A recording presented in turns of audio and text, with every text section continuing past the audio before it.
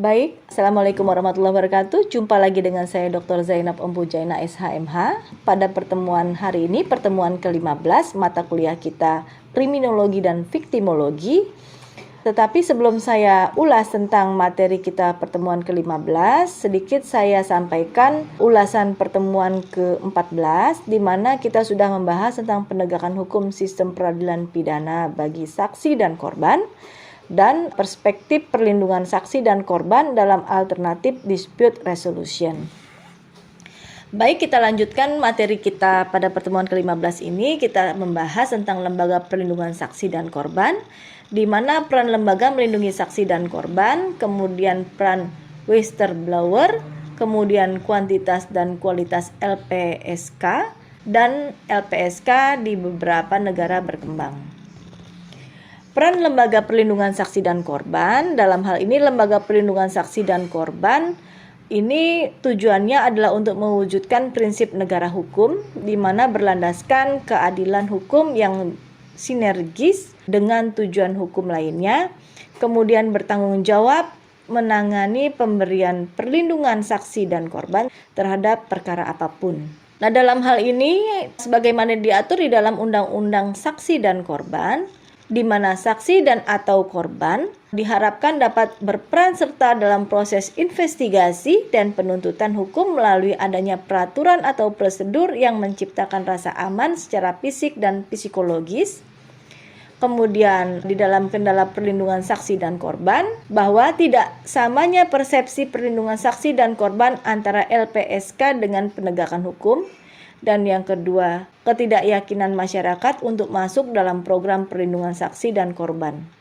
Kemudian komponen lembaga perlindungan saksi dan korban LPSK, yaitu komisioner, tugas dan fungsi pokok serta kewenangan berdasarkan undang-undang LPSK, dan diharapkan dapat bekerja sama dengan lembaga negara lainnya.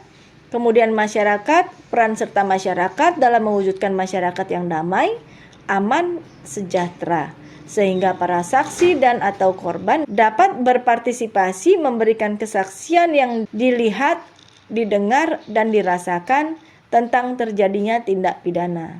Sedangkan pendanaan dalam hal ini penunjang efektivitas perlindungan saksi dan korban. Kemudian ada peran whistleblower, di mana perlindungan whistleblower untuk menuntut keberhasilan dalam proses peradilan pidana sangat bergantung pada alat bukti yang berhasil diungkap atau ditemukan. Dasar hukum perlindungan whistleblower adalah Undang-Undang Perlindungan Anak, kemudian PP nomor 57 tahun 2003 tentang tata cara perlindungan hukum khusus bagi pelapor dan saksi tindak pidana pencucian uang. Kemudian PP nomor 2 tahun 2002 tentang tata cara perlindungan terhadap saksi dan korban dalam pelanggaran HAM berat. Kemudian ada juga surat edaran dari Mabes Polri nomor 345 tahun 2005. Kemudian United Nations Convention Against Transnational Organized Crime, kemudian ada konvensi PBB anti korupsi, dan yang terakhir yaitu Undang-Undang nomor 32 tahun 2009 tentang perlindungan dan pengelolaan lingkungan hidup.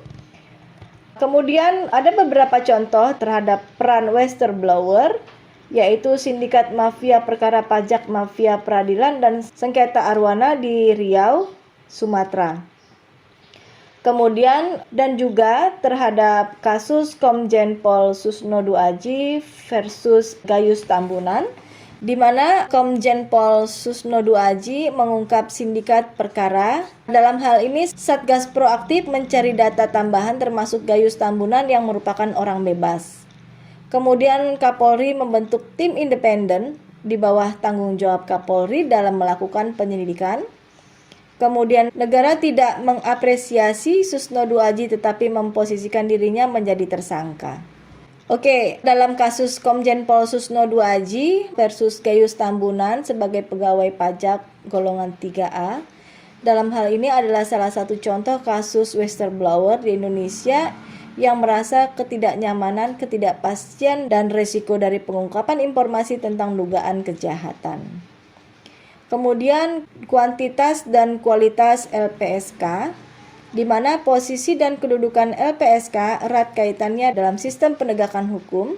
Salah satu alasan berdirinya LPSK karena ada beberapa kasus yang menonjol di Indonesia. Antara lain ada KDRT, kemudian human trafficking, dan narkoba. Nah, dalam KDRT, dasar hukum Undang-Undang Nomor 23 Tahun 2004 tentang penghapusan KDRT merupakan kasus terbesar di Indonesia, yaitu melakukan kekerasan dalam lingkup rumah tangga dengan cara melakukan kekerasan fisik, kekerasan psikis, kekerasan seksual, dan penelantaran rumah tangga.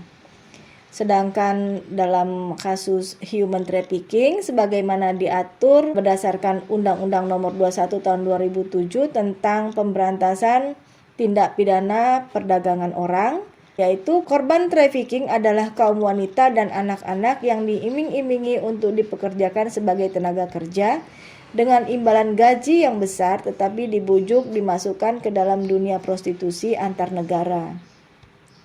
Sedangkan narkoba, dasar hukum Undang-Undang Nomor 5 Tahun 97 tentang psikotropika dan Undang-Undang Nomor 35 Tahun 2009 tentang narkotika. Kasus tindak pidana narkotika sebagai bandar, pengedar, dan pelaku penyalahgunaan narkotika.